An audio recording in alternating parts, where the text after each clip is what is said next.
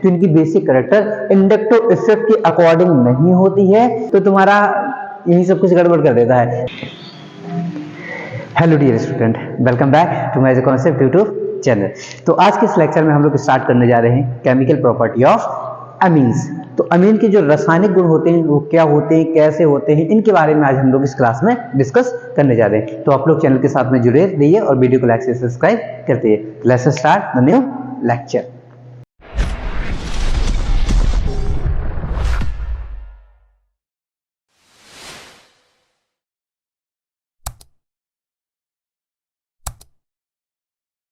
तो हम इस लेक्चर में स्टार्ट करने जा रहे हैं रासायनिक गुण, यानी कि अमीन के रासायनिक गुण, यानी केमिकल प्रॉपर्टी बोले तो केमिकल प्रॉपर्टी ऑफ अमीन्स की बात करने जा रहे हैं।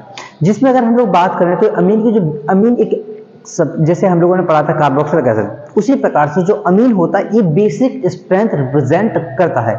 जो हमारे कार्बोक्सिलिक एसिड थे वो एसिड करते थे, लेकिन जो अमीन्स होते हैं क्या करते हैं, बेसिक कैरेक्टर को रिप्रेजेंट करता है। तो इसके बारे में हम देखते हैं कि कैसे बेसिक कैरेक्टर को स्ट्रेंथ मतलब बेसिक कैरेक्टर जो क्यों रिप्रेजेंट करता है। तो अगर हम बात करें तो जो अमीन होता है वो क्या होता है, RNH2 होता है। और हम लोगों ने बेसिक की डेफिनेशन या फिर एसिड की डेफिनेशन, अम्ल या क्षार की जो परिभाषा होती है वो क्या कहते थे, अम्ल या क्षार। जल में घुलने पर H+ आन देते थे तो अम्ल, और जल में घुलने पर OH- आन देते थे तो क्षार होते थे। तो क्यों ना अमीन को ही जल में घोल लें, तो अमीन को घोलते हैं हम लोग किसमें, जल में घोलते हैं। और जैसे ही अमीन को हम लोग क्या करेंगे, जल में घोलेंगे, तो इस कंडीशन में ये बना लेता है RNH3 प्लस OH- आयन। अब देखो यहाँ पे क्या बना है, OH- आयन बना है। और जब कहीं भी OH- आयन बनता है तो वही क्या कहलाते हैं, क्षार कहलाते हैं। यानी कि जो अमीन है वो भी हमारा क्या है, क्षार की तरह बिहेव करता है। ठीक है, तो अमीन किसकी तरह बिहेव करता है, क्षार की तरह बिहेव करता है। अब इन इक्वस स्टेट की अगर हम बात करें, यानी पानी में अगर अमीन की बात करें, तो उस कंडीशन में यहाँ पे थोड़ा सा मतलब कह दो तो तुम्हारा यही सब कुछ गड़बड़ कर देता है। अगर थोड़ा सा भी ध्यान ना दिया तो बेसिक स्ट्रेंथ अगर पेपर में पूछ लिया तो आप लोग पक्का गलत करके आओगे। Increasing order, decreasing order, basicity की इंक्रीजिंग ऑर्डर, बेसिसिटी की डिक्रीजिंग ऑर्डर करके पेपर में क्वेश्चन अक्सर आता है, चाहे बोर्ड एग्जाम हो, चाहे आपका नीट क्यों ना हो, या चाहे जेईई मेंस हो। अक्सर मतलब ये बेसिक स्ट्रेंथ या एस्टिक स्ट्रेंथ से रिलेटेड क्वेश्चन पूछता है पेपर में। ठीक है, तो उसी की हम क्या करते हैं, यहाँ पे बात कर रहे हैं। तो याद रखना बेसिक स्ट्रेंथ के लिए जब हम बात कर रहे हैं तो मैं बात करता हूँ सबसे पहले CH3। मैं यहाँ लिख रहा हूँ CH3NH2, एक CH3 का होल ट्वाइस NH, ये 1 डिग्री अमीन है, ये 2 डिग्री अमीन है। मैं ले रहा हूँ CH3 का होल थ्राइस N, और एक ले रहा हूं अमोनिया, क्योंकि ये अमोनिया की ही तो डेरिवेटिव थे। अगर मैं छोटा सा क्वेश्चन बोलूं, इसमें भी अभी ना जाऊं, मैं क्वेश्चन की बात करूं, क्वेश्चन में कहूं अमोनिया और मेथिलअमीन, इन दो में कंपेयर कर रहा हूं, अमोनिया और मेथिलअमीन में कौन ज्यादा बेसिक है, तो इसका आंसर होगा मेथिलअमीन। क्यों ज्यादा बेसिक है, आंसर होगा देखो अमीन से क्या है +R, CH3 ग्रुप जुड़ा है ना, और जो CH3 ग्रुप होता है ये क्या करता है, वो +R को क्या करता है, रिप्रेजेंट करता है। +R को रिप्रेजेंट करने का मतलब होता है ये इलेक्ट्रॉन को क्या कर रहा है, विड्रॉइंग, मतलब इलेक्ट्रॉन को क्या कर रहा है, दे रहा। और जब कोई इलेक्ट्रॉन को कोई देता है तो यहाँ पर नाइट्रोजन पे इलेक्ट्रॉन डेंसिटी बढ़ जाएगी, और इलेक्ट्रॉन की पर नाइट्रोजन डेंसिटी बढ़ने की वजह से ये बेसिक कैरेक्टर क्या हो जाता है, ज्यादा हो जाता है। या फिर सिंपल सी बात ऐसे समझो कि जो भी +R इफेक्ट होते हैं, कहाँ लिखा है, जो मैंने जब कार्बोक्सिलिक एसिड का जो लेक्चर मैं पढ़ा रहा था उसमें मैंने +I, ठीक है, +R दोनों के बारे में मैंने वहां पे लिखाया भी हुआ था। R+I+M ये सब के बारे में मैंने वहां पे बताया, तो आप लोग चेक कर सकते हैं, मैं लिंक इसकी डिस्क्रिप्शन में दे दूंगा, उससे बेफिक्र रहिए। तो जो +R होते हैं या +I, मेनली तो जो +I की बात करते हैं, रेजोनेटिंग यहाँ लग नहीं रहा तो +R की बात नहीं करेंगे, हम लोग +I की बात करते हैं। तो +I इफेक्ट जो होता है वो क्या करता है, बेसिक कैरेक्टर को बढ़ाता है।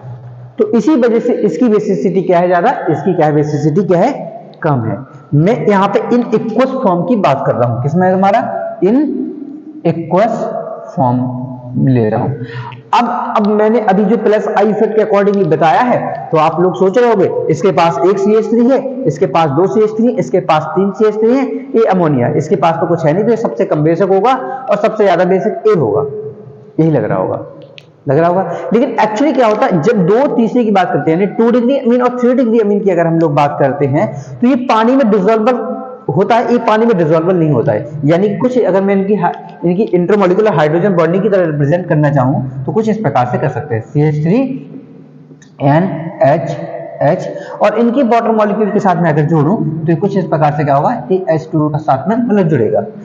ये इसकी बात करें अगर तो कुछ इस प्रकार से CH3NH, CH3H, और इसको अगर मैं जोड़ूं तो मतलब ये हो जाएगा तुम्हारा OH करके, मतलब ये भी हाइड्रोजन बॉन्डिंग बना लेगा।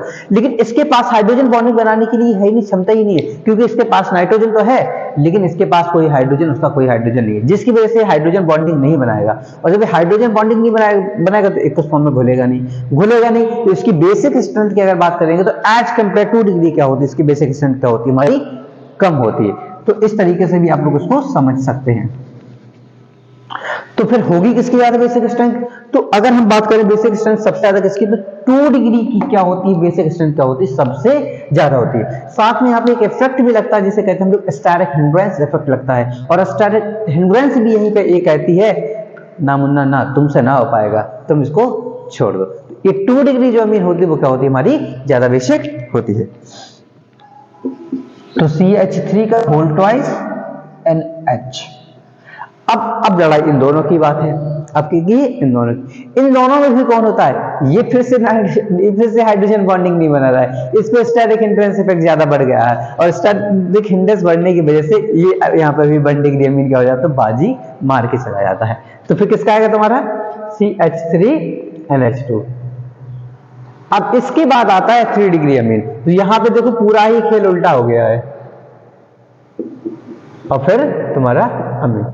तो यहाँ पे देखो आई ग्रुप ही बैठ गया है, आई ग्रुप यहाँ पे काम नहीं कर रहा है, स्टेरिक हिंड्रेंस प्लस क्या हो रहा है, सॉल्युबिलिटी इन वाटर, यानी कि हाइड्रोजन बॉन्डिंग की बात की वजह से यहाँ पूरा ही नक्शा बदल गया है। ठीक है, तो ये बिल्कुल याद रखना, पेपर में बहुत ज्यादा पूछा जाता है। ठीक है, हर एक एग्जाम में, नीट की बात करें, जेईई मेंस की बात करें, ठीक है, तुम्हारे एग्जाम, बोर्ड एग्जाम की बात क्यों ना करें, ये चीजें पूछी जाती हैं। अब देखो और बदलने वाला है, क्या बदलने वाला है, अगर मैं इस मिथाइल की जगह पे एथाइल ग्रुप को ले लूं, किसको ले लूं, मिथाइल की जगह पे एथाइल ग्रुप को ले लूं, यानी कि C2H5NH to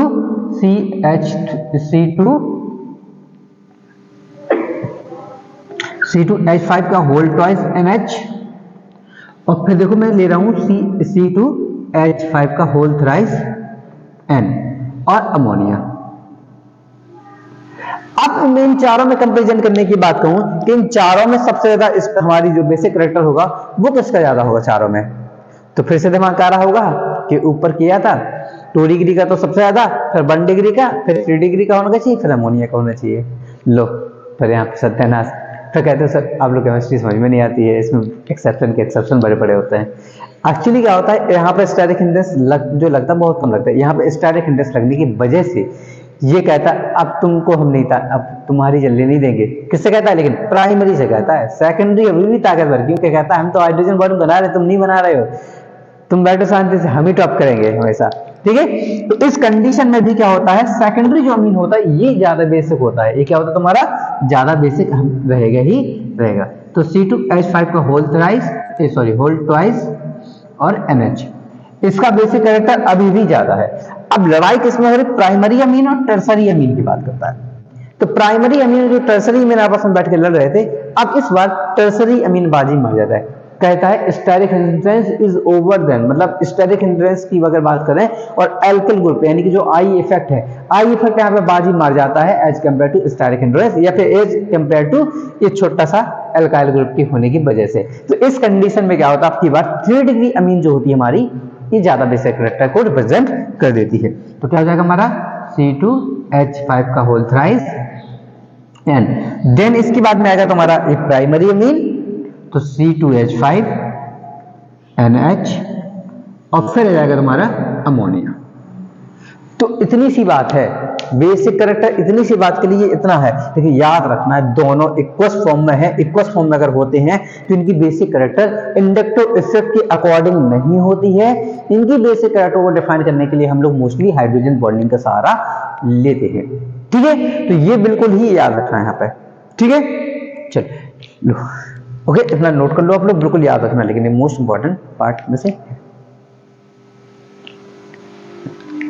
अब देखो इसके बाद में एक बात और हमेशा याद रखना कि जब किसी की भी, क्योंकि क्वेश्चन में कभी कभी पी के बी करके पूछ लेता है कि P K b value, P K b value, ये आयोनाइजेशन फैक्टर के द्वारा वैल्यू को हम लोग लिखते हैं। तो बस इतनी सी बात याद रखना, higher the p K b value lower the basic character, यानी कि जिसकी पी के बी का मान अधिक है उसका बेसिक करेक्टर यानी वो उसकी जो बेसिक स्ट्रेंथ है, उसकी मतलब क्षारीय क्षमता है वो कम होगी। ठीक है, इस बात को बिल्कुल याद रखना। क्या रखोगे? Higher the p K b value lower the basic character, basic strength. क्या होता है? अगर हायर द बेसिक करेक्टर है किसी का, higher the p K b value है अगर किसी का, तो लोअर द बेसिक स्ट्रेंथ होगी, उसकी बेसिक स्ट्रेंथ क्या होगी? हमेशा लोअर होगी। इस बात को और याद रखना। अब हम बात करते हैं बेंजीन, जो हमारी एनिलीन है, एरोमेटिक जो एमीन्स है जिसे क्या कहते हैं? एनिलीन है। अगर हम इसकी रेजोनेटिंग स्ट्रक्चर की बात करते हैं, जिससे हमें क्या होगा? ऑर्थो मेटा पैरा के बारे में पता लगता है। ठीक है, तो इसका रेजोनेटिक स्ट्रक्चर और समझ लेते हैं एनिलीन का किस प्रकार से रेजोनेटिक स्ट्रक्चर जो मतलब बनता है। लेकिन जो मैंने बताया उसके अकॉर्डिंगली चलोगे। मैंने क्या बताया आप लोग को? एक्स वाई याद रखो। बेंजीन वाले जो कार्बन से डायरेक्टली जुड़ा होगा हम इसे क्या कहते हैं? एक्स कहते हैं। इसे क्या कहते हैं हम लोग? एक्स कहते हैं। और बगल वाले को क्या कहते हैं? वाई कहते हैं। अगर एक्स की इलेक्ट्रोनेगेटिविटी ज्यादा है, मैंने क्या बोला था? अगर x की इलेक्ट्रोनेगेटिविटी ज्यादा है तो वो हमेशा क्या होता है? ऑर्थो पैरा डायरेक्टिव बनता है। और यहाँ तो नाइट्रोजन भाई सब बैठे हैं, और वैसे भी हम लोग क्या पढ़ते हैं? फोन पढ़ते हुए आए हैं अभी तक हमेशा। ठीक है, फोन मतलब फ्लोरीन, ऑक्सीजन, नाइट्रोजन, और नाइट्रोजन की इलेक्ट्रोनेगेटिविटी तो वैसे ही ज्यादा है, विद्युत ऋणात्मकता ज्यादा है, और अगर विद्युत ऋणात्मकता ज्यादा होने की वजह से वो हमेशा क्या होगा? ऑर्थो पैरा डायरेक्टिव ही होगा। तो ये ऑर्थो पैरा डायरेक्टिव हो जाएगा। लेकिन थोड़ा सा समझ लेते हैं इसके हम लोग, जो मतलब इसका जो ऑर्थो पैरा डायरेक्टिव है वो किस प्रकार से इसका ऑर्थो पैरा डायरेक्टिव ग्रुप बन रहा है। तो हम लोग अगर बात करते हैं इसके रेजोनेटिक स्ट्रक्चर की, तो देखो अमोनिया के ऊपर जो होता है अगर हम लोग अमीन की बात करें तो इसके पास एक लॉन पेयर होता है, और लॉन पेयर की बात करें तो हमेशा वो कैसे टूटता है? वो प्लस और माइनस में टूटता है। तो इस प्रकार से प्लस इस माइनस होगा। अगर हम इस बॉन्ड को भी तोड़ दें, यहां से इस बॉन्ड को तोड़े, तो एक्चुअली क्या होगा? जो लॉन पेयर होगा इसको बॉन्ड तोड़ने की फोर्स करेगा, और जब बॉन्ड तोड़ने की बात करेगा तो इस पे क्या आएगा? माइनस, इस पे क्या आएगा? प्लस आएगा। ठीक है, तो ये जब बॉन्ड टूटा तो देखो क्या बन गया हमारा? कुछ इस प्रकार से, जो इस पर माइनस आ गया, ये प्लस था, तो ये प्लस इसका माइनस में लिखिए, इसका माइनस, जो अमीन का जो नाइट्रोजन का माइनस है, ये आपस में मिलकर यहां पर बना लेते हैं डबल बॉन्ड, और क्या हो जाएगा? NH2, और इस पे क्या जाएगा? प्लस आ जाएगा। अब ये माइनस है, फिर इधर भी तो ये दो बॉन्ड्स हैं, तो नेक्स्ट स्टेप में क्या करता है? इस बॉन्ड को तोड़ेगा, इधर बॉन्ड को तोड़ेगा, तो फिर से क्या होगा? इधर प्लस आएगा, इधर क्या आएगा? तुम्हारा माइनस आ जाएगा। अब ये प्लस माइनस क्या होगा? ये माइनस ये प्लस आपस में मिलकर यहां पे से क्या बना लेंगे? बॉन्ड का फॉर्मेशन कर लेते हैं। क्या कर लेंगे? बॉन्ड का फॉर्मेशन कर लेंगे। तो ये इधर डबल बॉन्ड का डबल बॉन्ड है, NH2 प्लस है। ठीक है, डबल बॉन्ड का डबल बॉन्ड है, NH2 क्या है तुम्हारा? प्लस है। साथ में क्या होगा? इधर पे जो माइनस था, ये वाला जो बॉन्ड है, अब की बार ये वाला बॉन्ड टूटेगा आपका। ये वाला जैसे ही बॉन्ड टूटता है तो इस कंडीशन में क्या होगा? यहाँ पे प्लस, और यहाँ पे क्या जाएगा? माइनस हो जाएगा। तो ये प्लस और ये माइनस आपस में मिलकर फिर से बॉन्ड का फॉर्मेशन कर लेंगे, और जैसे ही बॉन्ड का फॉर्मेशन करेंगे तो उस कंडीशन में क्या होगा आपका? एक बॉन्ड इधर, एक बॉन्ड इधर, और डबल बॉन्ड NH2 प्लस ए फिर से आ जाएगा। अब नेक्स्ट स्टेप में क्या होगा? अब ये देखो, क्योंकि इधर पे क्या है? माइनस है, इस पे क्या है तुम्हारा? माइनस है। तो अब ये माइनस इस पे डबल बॉन्ड पे क्या आएगा? फोर्स। जो तुमने पहले हमसे बॉन्ड डबल बॉन्ड बनाया था सिंगल से, अब हमें वो बॉन्ड हमारा वापस कर दो। तो ये बॉन्ड क्या करेगा? एक्चुअली अब ये इस पे ऊपर फोर्स लगाएगा, और ये बॉन्ड तोड़ेगा, तो इस कंडीशन में इधर प्लस, इधर पे फिर से क्या आ जाएगा? माइनस हो जाएगा। और जब इस पे माइनस आएगा तो इस कंडीशन में क्या होगा? देखो ये प्लस ये माइनस फिर से अपना बना लेंगे लॉन पेयर, और ये प्लस ये माइनस आपस में बना लेंगे, फिर से बॉन्ड बना लेंगे। तो कुछ इस प्रकार से इसका क्या हो जाएगा?